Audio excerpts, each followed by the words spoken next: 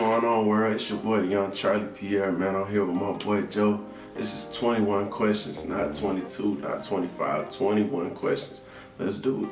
Who inspired you to make music?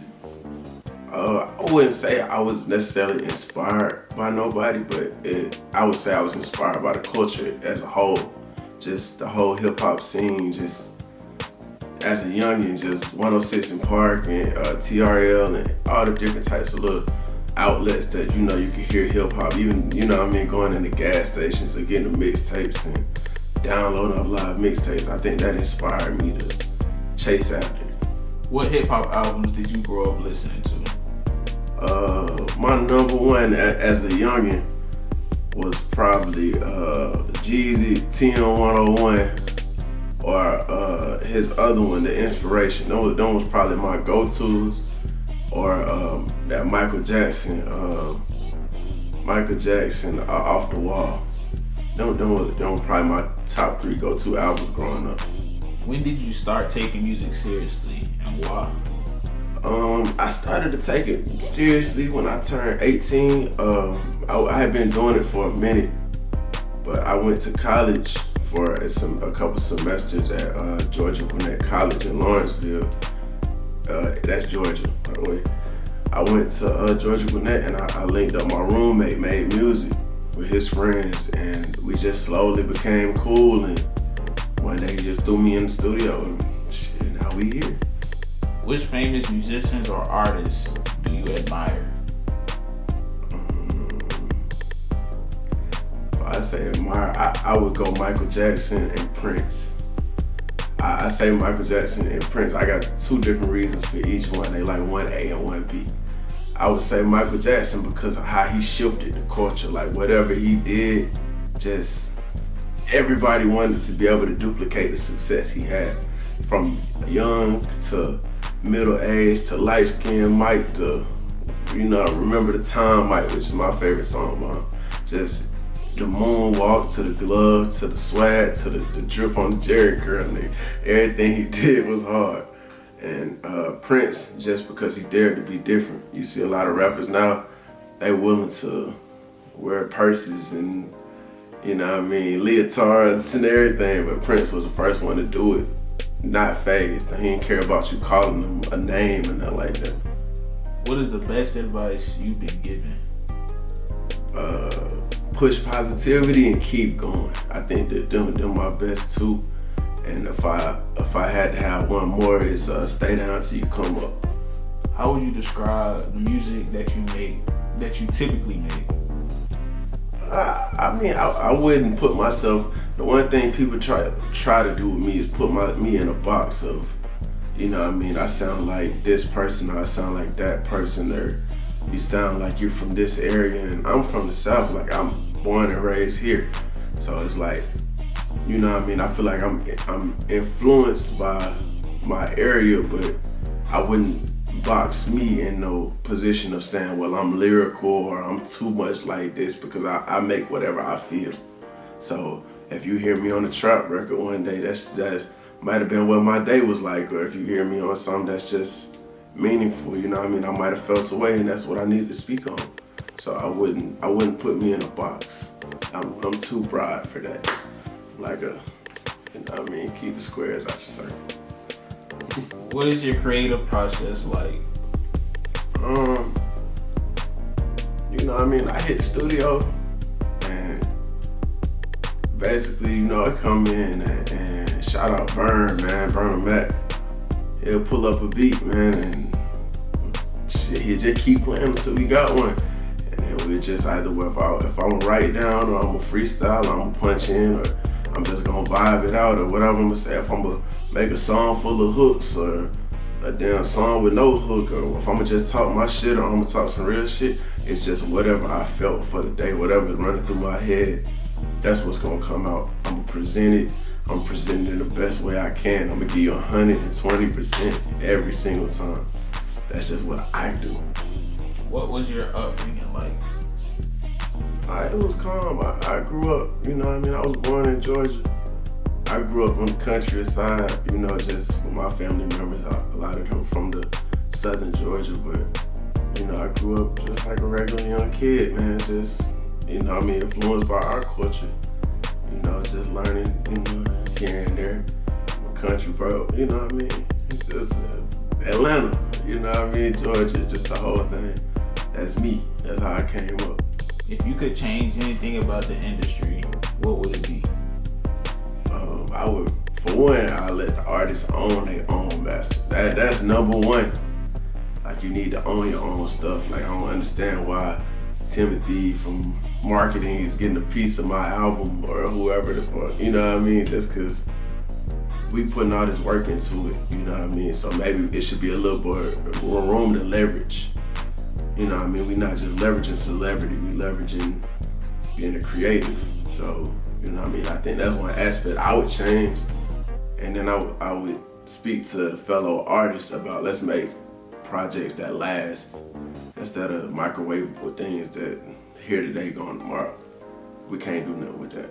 Like, let's make music feel again. Do you have any hobbies or interests outside of music? I'm really big on clothing. Like, I'm really big on shoes and clothes. So that's one of my biggest hobbies. Like, I like to put that shit on. So that's just me, from jewelry to clothes to just finding out what's new and following, you know what I mean, jumping on stuff before the trends. You know what I mean? I don't need no stylist. I style myself. What's your rarest/favorite shoe? My favorite shoe of all shoes in the world, from Penny Hardaway's to, you know what I mean, Shaqs and Jordans and whatever the fuck you want to name, to the LeBrons, whatever. My favorite shoe is the Jordan White Cement 3, the 88 version with the Nike Air on the back. I done had like 8 pairs of them shoes. I get them over and over again. I got 2-3 pairs at the house as we speak. I only fuck with that one. That's my favorite one. There's a gap between 1 and 2. It's this one, and then here's number 2. So yeah, the Jordan 3 White Cement, that's my favorite shoe. What is your favorite part about being an artist, and what's your least favorite part about being an artist? My favorite part about being an artist is just supplying the vibe. Like, supplying the shit that you listen to and make you think or get you through what you're going through, or, you know, making you happy, making you smile, making you crying with you or laughing with you or whatever it is, just supplying that feeling. I wouldn't say I have a least favorite part right now. I mean, everything is peachy. So, you know what I mean? Everything good. What's your first song about? The first song I ever made with my cousins, we were freestyled on the Purple Swag A$AP Rocky beat, and that shit was garbage. But you know what I mean, we had fun doing it, and we just stuck with it after that. And basically, I outlasted them, and I just kept going and shit. Now we here, and now it's young. You know what I mean? What makes you stand out from what artists are now? I just think we bring authenticity. We don't give a fuck about what nobody got to say about it. I mean, I'ma do me. So, you know what I mean? You hear me, you're gonna get something real, you're gonna get something that you can feel, but at the same time, it's not just that lyrical, spiritual hero. It ain't that. It's real, but at the same time, we gonna make the vibes too. We're gonna make something that you can enjoy. It's just, you know what I mean? You can play it in your car, but you can also play it with your partners. You can play it with your girl, but you can play it with your mama. Shit, we're gonna make something for everybody. So that's just the difference. How do the artists now differ from what they were 10 to 15 years ago? I think the artists back then, I think it was a lot more of a really being unique back then. As far as like now, a lot of people just follow the same blueprint, while back then, a lot of people really took the time to like come up with their own style, their own personality, their own who they were and what makes them different from everybody else. But at the same time, the OGs kicked the door. So now the difference between the young folks and the older generation is is that now we more about the business. We understand how to make this money. We understand how to hit the road, tour, and get your streams and do it independently, and what you know how much your catalog is worth. So I think both sides, you know, got stuff that they good at, even pushing the envelope as far as being creative and doing what you want to do now. You know what I mean? It's not just, you ain't gotta be no gangster to be no rapper, but you ain't gotta be, you know what I mean, a fashionista to be in a fashion show no more. You could be a rapper that want to do fashion and movies and media, and you can do everything now. So I think both sides got their own little, you know what I mean, their own gems. How do you feel you have progressed with Genesis with Love 2 from the previous project? Well, I think the first one was just like, almost like dipping your toe in the water. Like, yeah, like it's good, but you know what I mean, it's just a little flavor for you. But the second one is like really the vibe. Like, you can enjoy it from beginning to, you know what I mean, it's from the beginning vibe, the first note that you hear is like, damn, like, okay, you know what I mean, I see where this is going, and then by the end of it, you don't follow the whole story. It's like a roller coaster almost. You're gonna ride this bitch, and you're gonna, you know what I mean, it's ups and it's downs through the music, but you see how far we done came from the last one. Like, it's just growth as far as production and, you know what I mean, the lyrics and what we got to talk about, how we talk about it, the tone we say it in. Shit, it's just different. It's a new energy. It's a new vibe. If you could collaborate with one current mainstream artist, who would it be? Shit, I'm open to work with everybody. Holla at me. What is your favorite track you made with BURNA Mac? Man, shout out Burn, man. My favorite track me and Burn did, is it featuring him or just produced by him? Like, either or. Alright, so I give you two. Featuring him is probably the joint we just dropped on from Genesis with Love 2, the Hardy Boys, because he went crazy, and then like he kind of put me in a box where I just like, I'm gonna go crazy, I'm gonna go home looking stupid. So you know what I mean, I think we both went, and shout out Lady Kid too, she featured on there. I think, you know what I mean, that song came out good, so that's probably my favorite verse with him. Niggas can't get Burn to rap that much. I'm just one of them niggas that can get him out that shell.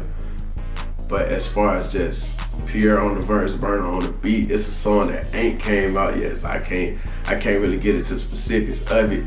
But what I will say is he flipped a New Edition sample, and that shit go crazy. And so, you know, I had to do my thing on it. So look out for it though, because you know what I mean, you never know when that's coming. When are we gonna get more music with you and Terry Apollo? Shout out Apollo, man. It's on you, brother. Ready when you are.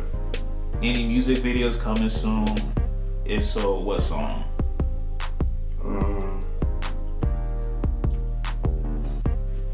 They said I can't say that. Final question. When is COOLEY FLOWZ coming out? It's on the way. But look though, I know we've been talking about that COOLEY FLOWZ. We've been advertising it for about a couple years now, but man, we making it the best thing. So it's gonna be our best project. Y'all gonna love it. So just bear with me. You know what I mean? From Genesis with Love 2 out now. You know what I mean? Right now, the MPEEP still on the way. You know, Minute Man 2, that's looking up. So, you know, don't worry. It's coming though. All of them coming. So just look out for us. What's going on, world? It's your boy, Young Charlie Pierre. That was 21 questions with me and my boy Joe. We out of there. COOLEY FLOWZ on Wednesday.